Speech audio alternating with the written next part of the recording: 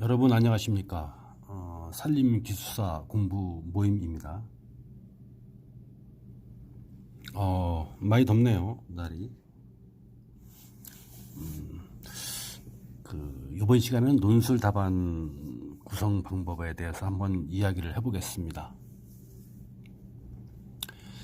이제 용어 같은 경우에는 22줄을 한 장을 정도를 쓰면 되니까 분량을 더 써도 되지만은 시간이 없으니까 보통 22줄 한 장을 씁니다. 22줄 한 장. 이제 그런데 논술은 이제 우리가 한 50점대 이상 올라가시는 분들은 2장 반에서 한 3장 정도를 씁니다. 쪽으로 얘기하는 겁니다. 쪽. 2쪽 반에서 한 3쪽 반 정도를 씁니다. 그런데 이제 우리가 시험 보고 난 다음에 서로 스터디 하시는 분들, 또 저한테 이렇게 물어보시는 분들이 답안 구성을 어떻게 씁니까? 이제 이런 얘기들을 하죠. 답안 구성을 어떻게 씁니까? 이제 우리 공부 좀 하는 사람들이 그렇게 얘기합니다. 답안 구성을 어떻게 씁니까? 대제목을 몇 개를 정했어요. 기술막이라면 대제목을 몇 개를 정했습니까? 중제목을 따로 썼나요? 그림은 그렸나요? 무슨 그래프 같은 건 그렸습니까? 평면도를 그렸나요? 정면도를 그렸나요? 그럼 원리 개념도를 그렸습니까? 몇 장을 썼습니까? 이제 이런 얘기를 왕왕 있죠. 근데 가장 많은 것이 논술에서 2교시 4번 문제 REDD 그거 썼습니까? 그거 골랐어요? 그게 뭐죠? 이제 이렇게 자기가 모르는 거를 이제 물어보는 경우가 있고 시험 끝난 다음에 서로 이렇게 분석을 할 때 그거는 REDD는 답안 구성을 어떻게 시작을 했죠? 이제 이렇게 많이 물어보죠. 이 논술 답안의 구성은 상당히 중요합니다. 25점 만점짜리이기 때문에 2.5장 내지 3.5장에다가 그 문제에서 물어본 핵심 키워드를 얼마만큼 정타를 자기가 써서 요령 있게 써넣어서 채점자들한테 가독성 있게 보여서 점수를 많이 받느냐 하는 대목이기 때문에 논술 답안 구성 방법은 상당히 중요한 사항이라고 말할 수가 있겠습니다. 그렇다면은 논술에서 그런 그 대제목 답안 구성이 중요하다. 그렇다면 한번 예를 들어 보겠습니다. 이제 지속 가능한 산림자원 관리 지침에서 산지재해 방지림의 조성 관리, 지속 가능한 산림자원 관리 지침은 달달 외워야 됩니다. 거기에 목재 생산림, 수원 함양림, 산지재해 방지림 많죠. 자연건강 보전림 여러 가지 있는데 산지재해 방지림에 대해서 한번 공부를 해보죠. 대제목 구성 방안을 가지고 한번 해보겠습니다. 자, 이제 25점 만점짜리 논술에서 산지재해 방지림의 조성 관리를 수험생 여러분이 선택을 해서 이제 써나가는 겁니다. 그럼 이제 지속가능한 산림자원 관리 지침에 산지재해 방지림의 조성 관리가 나와 있죠. 첫 번째가 관리 목표입니다. 이렇게 쓸 수도 있고 1, 2, 3, 4 쓸 수도 있고 로마 숫자 1, 2, 3, 4 쓸 수도 있는 것이죠. 요새는 이제 바뀐 체계라고 합니다만 보통 1, 2, 3, 4로 많이 나갑니다. 자, 1. 관리 목표를 해줬습니다. 그리고 2가 목표를 하는 산림이죠. 그리고 3이 관리 대상입니다. 그리고 4가 사방지 등 토사 유출이 우려되는 산림은 어떻게 조림을 하고 어떻게 숙각구개를 하고 이렇게 하는가. 그리고 5가 산사태가 우려되는 과밀 침엽 담수님 이렇게 5를 대제목을 했습니다. 그리고 6이 대형 산불의 발생이 우려되는 지역의 침엽수 단수님, 7이 산림병해충의 피해 우려가 있는 단수님. 끝. 오른쪽 하단이 좀 안 보이는데요. 이것은 이제 제가 답안을 이제 지속 가능한 산림자원 관리 지침을 보고 만드는 것입니다.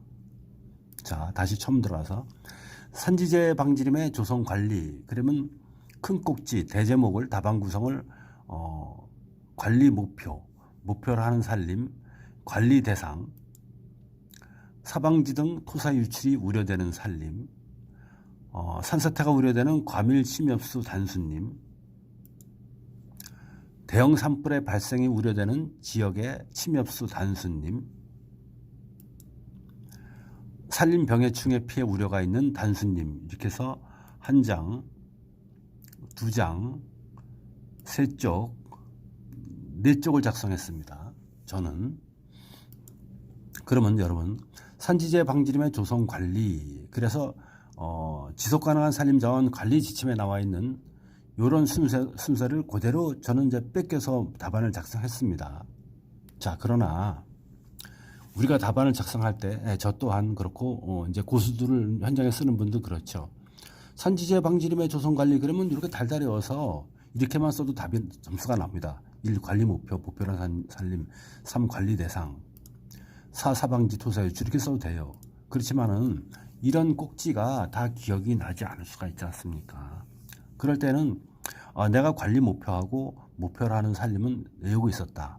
관리 목표, 1. 관리 목표, 산사태, 토사 유출, 대형 산불, 산림 병해충 등 각종 산림재해의 강한 산림을 목표로 한다 이겁니다. 산지재해 방지림은. 그리고 두 번째, 목표로 하는 산림은 산사태, 토사 유출에 강한 다층 혼혈임, 키워드죠. 다층 혼혈임. 대형 산불을 방지하기 위해 내화수림대가 포함된 혼혈임, 키워드입니다. 내화수림대. 3번, 산림 병해충에 강하고 생태적으로 건강한 다층 혼혈임, 이렇게 써줄 수가 있어요. 그런데 이 큰 꼭지를 갖다가 그대로 지속가능한 산림자원 관리 지침에 나와 있는 것을 달달해서 쓰는 것도 좋지만, 여러분들이 이제 시험장에 가서 막상 어느 한 꼭지가 6가지, 이제 산림재해 방지림의 조성 관리가 만약에 6가지 큰 꼭지가 있다, 큰 대제목이 있다, 구성이. 근데 어느 한 대목이 갑자기 생각이 안 난다. 그럴 때는 여러분들이 만들어 넣으면 되는 겁니다. 어떡하지 시간은 자꾸 하는데 고민하고 시간은 가고 장수를 채우지 못하고, 이 지속가능한 산림자원 관리 지침에 있는 관리 목표라는 산림 관리 대상, 이걸 차곡차곡 몰라도 중간에 여러분들이 알아서 알고 있는 지식을 넣을 수 있는 겁니다. 산지재해 방지림의 조성 관리가 중요한 이유, 이렇게 써도 되죠. 대제목에다가 산지재해 방지림의 중요성, 이래도 되는 것이고요. 산지재해 방지림의 중요성, 이거는 지금 지속가능한 지침이 없지만은 산지재해 방지림의 중요성을 썼다고 채점한 사람이 이 사람은 엉뚱하게 썼어라고 점수를 안 주지 않으니까요. 점수를 일정 부분 주니까. 그럼 여러분들이 생각나는 대로 산지재해 방지림의 중요성, 그런 다음에 소가로 1, 방가로 1 한 다음에 요즘 산불이 연중화 그리고 대형화되고 있어서 산불의 발생이 심해지고 있다. 그렇기 때문에 산지재해 방지림이 중요시되고 있다. 여름철 집중호우가 더욱더 발달하여 전 지역적으로 게릴라성 호우로 인해서 산사태가 많이 발생해서 인명과 가옥의 피해, 그리고 국토가 황폐화되고 있다. 이런 것을 갖다가 방지하기에는 산지재해 방지림이 중요하다. 이렇게 써나가면은 점수를 받게 되는 것입니다. 그렇지 않을까요?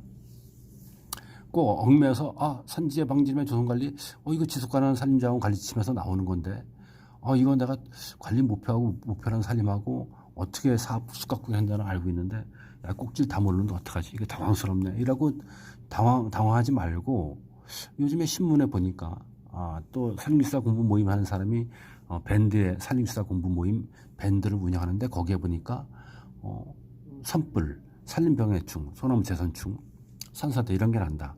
그럼 산지재해 방지림이 그런 꼭지에 들어간다. 그럼 거기서 봤던 내가 내용을 키워드를 써도 점수가 나오겠지 하고 쓰면 되는 것입니다. 논술은 장수를 좀 채워야죠. 키워드를 쓰면서 장수를 채워야 됩니다. 왜? 채점관 하시는 그 교수님이 좌장이 한 명 계시고 양쪽에 기수사님들이 2분 계시는데, 만약에 131회에 70명이 응시했다 이겁니다. 그러면 이제 129회에 2차까지 합격한 사람을 다 시키고 지금 필기시험 찌꺼기로 남은 사람이 2명뿐이 없다. 그러면 그 좌장인 그 교수님하고 옆에 있는 산림지사님들이 이번에 몇 명이나 붙일까요? 큐넷도 그렇고 산림청에 자꾸 많이 붙이라고 민원도 들어오는데 한 5명 정도 붙이죠 이번에. 그렇습니까? 그럼 논술에서 적어도 7장이니까 14쪽인데 10쪽 이상 쓴 사람들을 한번 골라보죠. 그렇게 나름대로 합격자를 갖다가 분별하는 그 나름의 그 기준을 정할 수 있겠죠. 여러분들이 채점관 들어가면 어떻게 하겠습니까? 그렇게 하지 않겠습니까? 분량이 정도가 분량이 웬만큼 나온 사람 중에서 키워드를 잘 쓴 사람, 이런 사람은 그 세 명이 각자 채점하는 것입니다. 타협해서 채점하는 것이 아니기 때문에. 그러니까 장수가 나와줘야 되는 것이겠죠. 상식적으로 생각을 해보십시오. 논술에서 아무리 키워드 썼다 해서 논술에서 2.5쪽에서 3쪽을 써야 되는데 키워드 다 들어갔다고 논술에서 1쪽 쓴 사람을 점수를 주겠습니까? 불합격입니다. 불합격. 그러니까 쪽수가 나와야 된다는 것입니다. 그럼 산지재해 방지림의 조성관리를 25점 만점인데 여러분들이 지금 관리 목표하고 목표를 하는 산림하고 관리 대상만 기억이 나지 다른 대제목은 생각이 나지 않는다. 예를 들어서 사방지 등 토사 유출이 우려되는 산림, 조림, 사방지는 오리나무, 가시나무, 쌀이나무 이런 것들, 소나무, 심근성, 청근성 어떻게 심어요? 혼혈입니다 해야 되고 헥타당 5,000번 기준으로 해야 되고 숯가꾸기는 어떻게 뿌리 발달과 하층지생 생육에 촉진해서 이런 것을 여러분들이 갑자기 기억이 안 날 때는 산지재해 방지림의 중요성, 필요성 이렇게 써줄 수가 있는 것이죠. 꼭 지침에 나와 있는 것을 써주면 좋은데 모를 때 말입니다. 대형 산불이 발생되는 우려 지역에 대해서는 내가 기억나는 것이 뭐였지? 임도 주변에 50m를 갖다가 양쪽으로 내화수림대를 조성해야 되겠다. 이런 걸 다 써주면 되는 것입니다. 근데 대형 산불의 발생이 우려되는 지역의 침여수 단수님 이것이 이제 기억이 안 났다 이겁니다. 안 났다면 우리나라는 현재의 수해 피해가 많이 나고 대형 산불이 많이 나기 때문에 산지재해 방지림의 중요성 어떻게 된다. 산지재해 방지림은 어떤 식으로 숯가꾸기를 해야 된다. 산지재해 방지림의 숯가꾸기 방법 이런 데면 여러분들이 생각나는 데 막 쓰면 되는 거죠. 그래서 장수를 채워야 되는 것입니다. 대형 산불에 발생되는 우려 지역의 침여수 단수님, 산림병해 충해 피해 우려가 있는 단수님 이런 것이 꼭지가 다 생각이 안 난다면 여러분들이 나름대로 대제목을 산지재해 방지림의 중요성, 변화하고 있는 지구 온난화에 대비하여 산지재해 방지림이 중요한 이유는 그다음에 1, 2, 3, 4 이렇게 여러분들이 알고 있는 지식을 써 나가면 되는 것입니다. 꼭 지속가능한 산림자원 관리 지침의 것이 기억이 안 난다더라도 포기하지 말고 장수를 채워야 되니까 여러분들이 알고 있는 대제목을 써 넣어서 작성을 하라. 그 말씀이 그런 얘기입니다. 상당히 중요한 사항이죠. 또 이번에 산지재해 방지림에 대해서는 근본 시험에도 나올 확률이 높습니다. 왜냐하면은 이제 울진에도 산불이 작년인가요? 3만 헥타 많이 탔고요. 또 올해 또 산사태가 많이 나졌습니까? 전국적으로. 예천, 경상북도 그리고 청주 지역에 터널 같은 거 이런 또 충남 청양의 산사태 이런 대형 재난 때문에 지속가능한 산림자원 관리 지침에서 산지재해 방지림의 조성 관리 이런 것이 문제에 나올 여지가 많고요. 또한 10월 달에 있을 면접에서도 물어볼 여지가 많습니다. 여러분들 지속가능한 산림자원 관리 지침은 다 달달에 외워야 된다고 보면 됩니다. 자, 전편에 이어서 이번 시간에는 논술에 대해서 논술 제목을 구성하는 방법, 논술 답안을 구성하는 방법에 대해서 한번 공부를 해봤습니다. 여러분들 주의해서 8월 26일 날 시험에 대비해서 제가 말씀드린 거를 유의해서 논술에는 어떻게 대제목을 구성해야 되겠다. 꼭 책에 나와 있는 거, 법률에 나와 있는 걸 내가 다 3분의 1분이 기억을 못하는데 선택할까 말까 하다가 선택했다. 그럴 때는 다른 큰 꼭지를 내가 아는 것을 갖다 써넣어도 점수가 나온다. 이런 것에 대해서 한번 말씀을 드려봤습니다. 감사합니다.